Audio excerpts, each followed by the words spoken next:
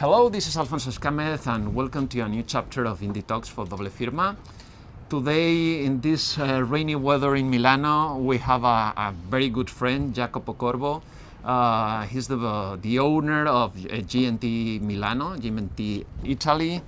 Thank you for being with us, Jacopo. It's a pleasure. It's Thank you very much for having me. Okay. And I'm sorry for this weather. It's typical Milanese.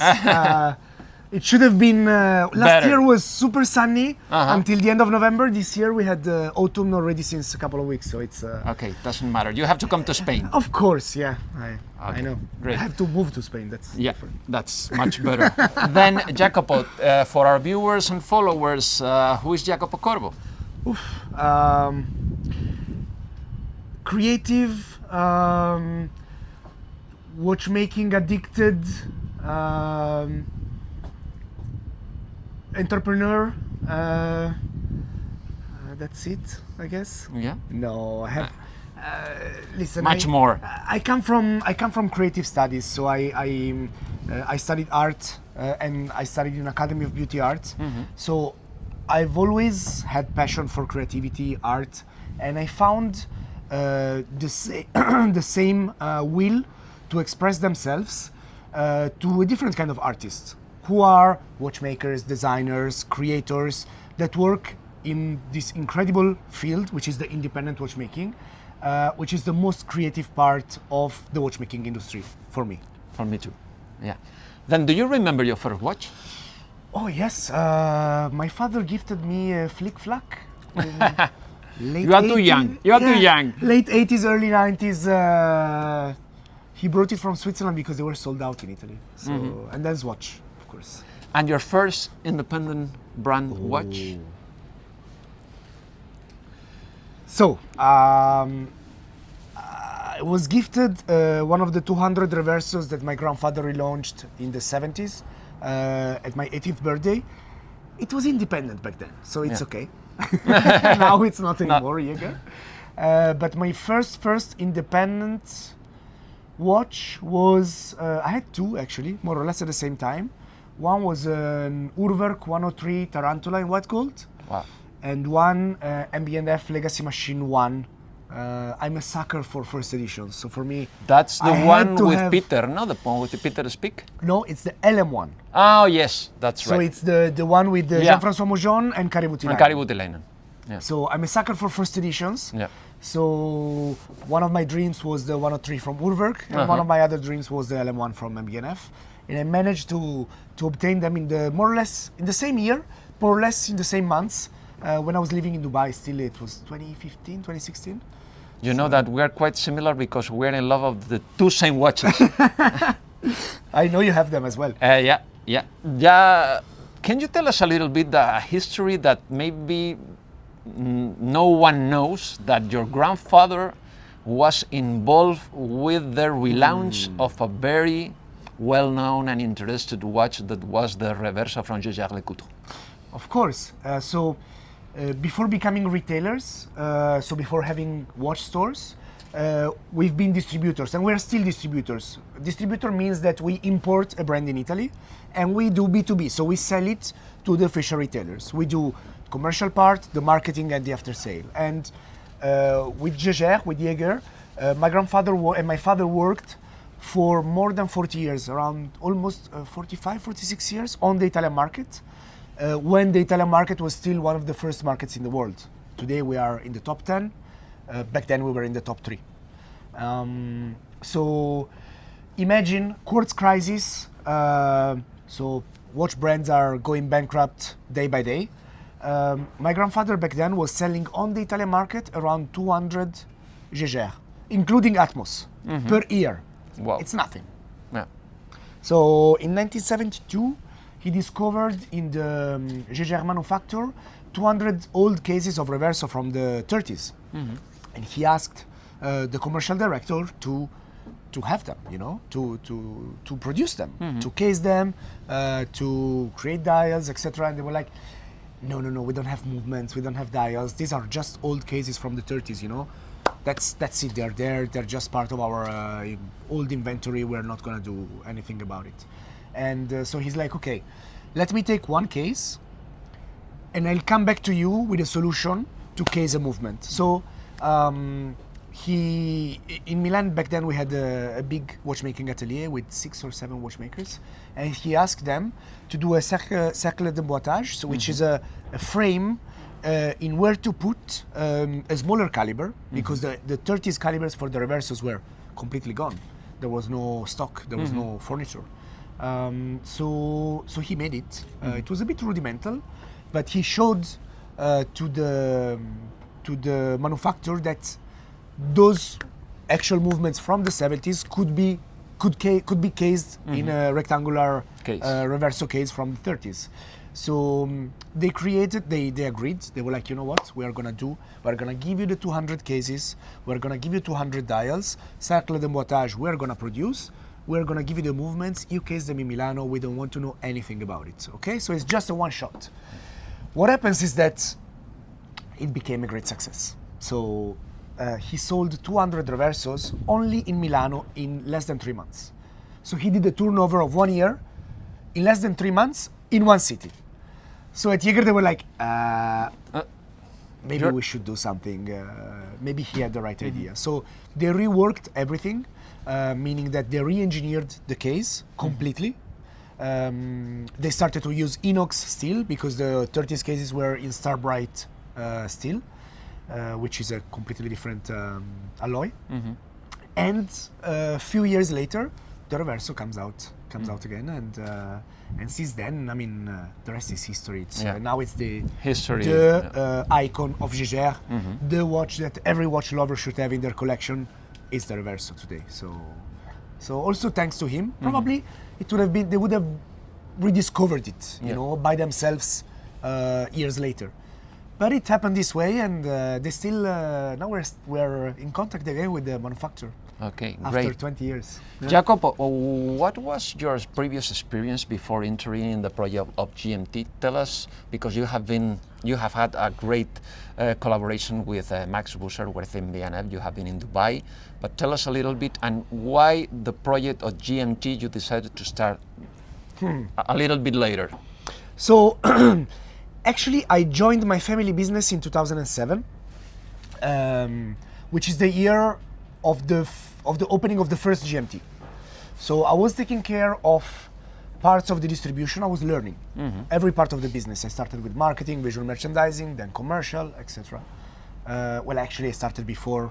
As a kid, I was always working during summer at my family's office, like packing stuff, delivering catalogs, you know. But then you grow and you start to understand and appreciate other aspects of the business. But so that was the first year we opened GMT, and I joined the company. So I started to understand more, not only about the distribution, but also how collectors think, because I spent more and more time throughout the years in the store. And then in 2012, I received an offer from Chanel to become the Italian brand manager for watches and jewelry. And you know, I was like, why not? It's experience. I'm sure I will enjoy it. It's a different approach to watchmaking compared to what I usually love, but I learned a lot. So my CEO was one of my mentors. So he taught me a lot. It was a great training for me to be there. And after 2 years and a half, I was in SHH. I think it was still SHH. Yeah. 2015 Jan, and Max told us he was introducing the novelties, and he was like, you know, guys, I'm really looking for someone to take care of MBNF in the Middle East, and especially in Dubai with the Siddiqui family, because there is a huge potential, but it's still unexpressed. And I was like, Max, I'm available. I mean, I was not available. I was working in Chanel, but I'm like, that's what I want to do. You know, I would love to do something like that. So after a couple of weeks, I go to Dubai. I meet the Siddiqui family. I meet again with Max. He showed me around, and I'm like, I'm convinced. I mean, first time I go to Dubai. Okay, weather is great. You live on the seaside. It's an amazing place. It's an amazing. You can like it. You cannot. But it's definitely something that sparks your interest. So I moved to Dubai in July 2015, taking care only of MB&F, and I opened the first Met Gallery there. After less than 2 years, we moved the Met Gallery from the Al Circle Avenue, which is an artistic area, art galleries, food concepts, stuff like that, in the middle of the city, in the desert. Okay, so it's a destination. Yeah. Thanks to the commercial success of MB&F and the Met Gallery, we decide, together with the Siddiqui family, to move it to Dubai Mall. And we moved the Met Gallery to Dubai Mall, and there, that's where things really like boom. People are blown up. Tourists, everyone's to. Tourists, locals, expats. Everybody's like, "What the hell is this place?" You know. Yeah. It's, and when you tell them, this is the retail concept of a watch brand, they're like, "What? Are you kidding me?" Yeah. It's actually the mechanical art gallery of MB&F. Yeah. So it was. I think today it's still the most important Met Gallery beside the Geneva one, and they're still doing a great job, and I'm very happy about it. I'm pretty proud. And was about that time that the Siddiqui, they restructured the whole company, and they gave me the leadership, the management of almost all the independent brands. So I spent the last almost 2 years in Dubai managing 23 brands from one. And then I moved back to Italy to take care of my business. I'm involved a lot in GMT, of course, but it's my brother taking care of the boutique per se. Mattia. And without him, there wouldn't be GMT as it is today. He's the real mastermind behind our company, behind our retail company.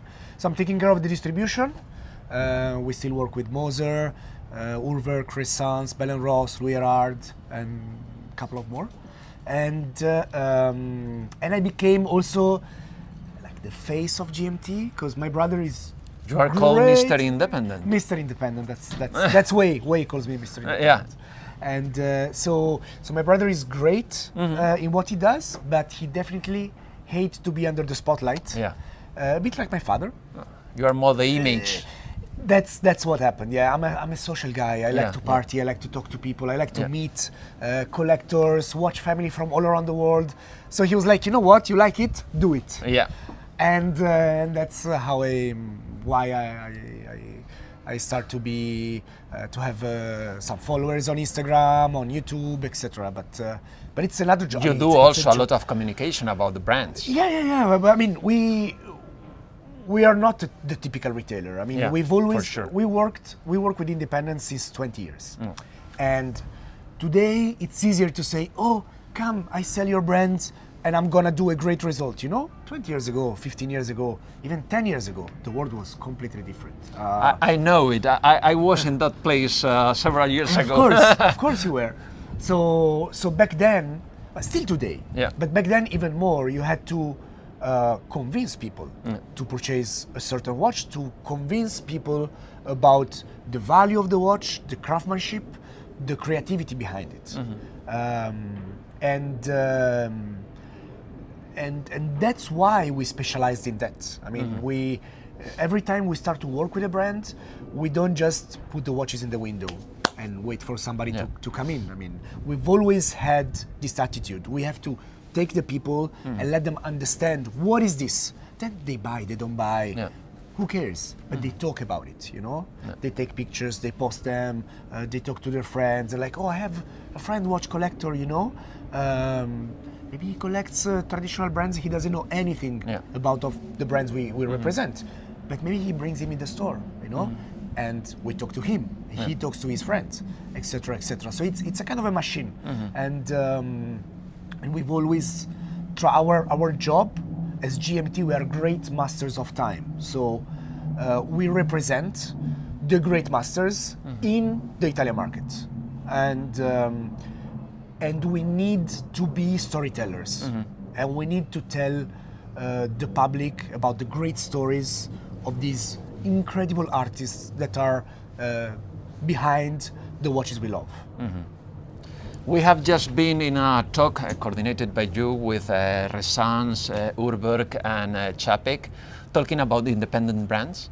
Do you think that there is more interest nowadays into independent brands? And Being here in Milano, considering that is the financial capital of Italy, and you have a lot of tourists over here, makes GMT more well known into the world of independent brands? So for sure today, it started already before COVID, but COVID gave an incredible push to independent watchmaking. There is absolutely much more interest and much more culture about this niche of the niche, I like to call it. For sure, being in Milano, it helps. So it's an international city. You have fashion weeks, design week. You have a lot of events, a lot of art, a lot of culture, food, shopping. So many foreigners, especially after COVID, started and kept visiting Milano. And we know people that comes once or twice per year with the wife, with the family, with the friends, just to take a look around, see what's new, and spend their money and do shopping. So for sure, thanks to that, we became a little bit more well known. But I think the biggest reason of our fame, in a way, we're not really famous, but No, you are famous. famous, it's a big word. But of our why people knows us is because of the selection of the brands we work with.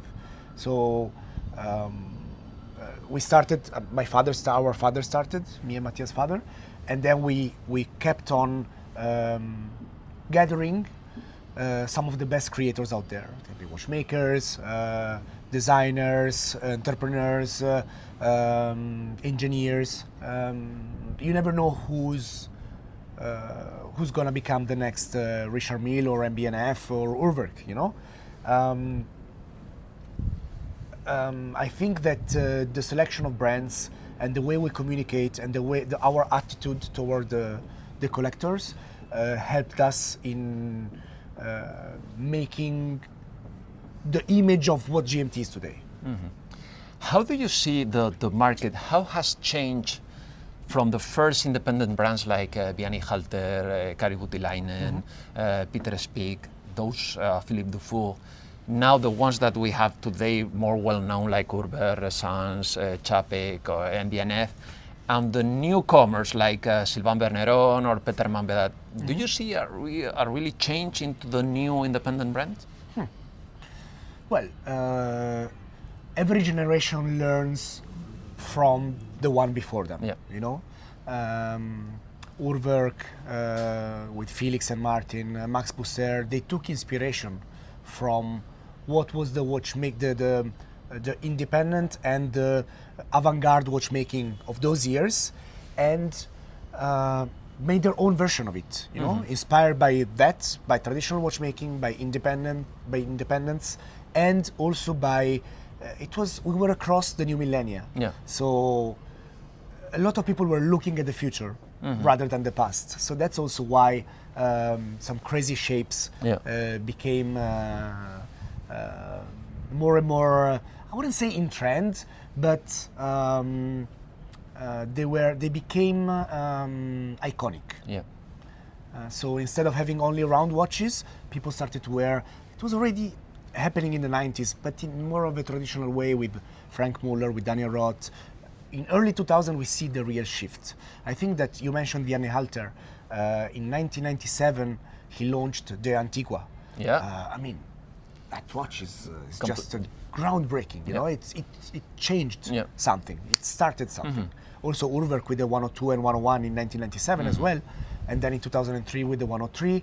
But remember, in 2000, Max Busser, back then CEO of Harry Winston, starts the Opus series, which is another milestone that really shaped the industry back then. I think that the new guys, some of them are really interesting and they bring real added value. Many others are that's just what I feel. They're just surfing the wave of this independent watch brands trends to make money. And this is not the purpose. if you create a movement from scratch and you do a series of 20 watches, like the brands we mentioned, always did, for me that's art. Yeah. Okay? If you take a movement as beautiful as it gets, as it is, and you say, oh, I'm gonna do 40, 50 watches per year, but then with the same movement you do 10 variations and you produce 500 calibers, okay, it's still art. Yeah. But it's a bit different compared to what we are used to see and what we are used to appreciate, you know? But there are definitely some great young creators that will shape the industry of the future. That's for sure. Sure.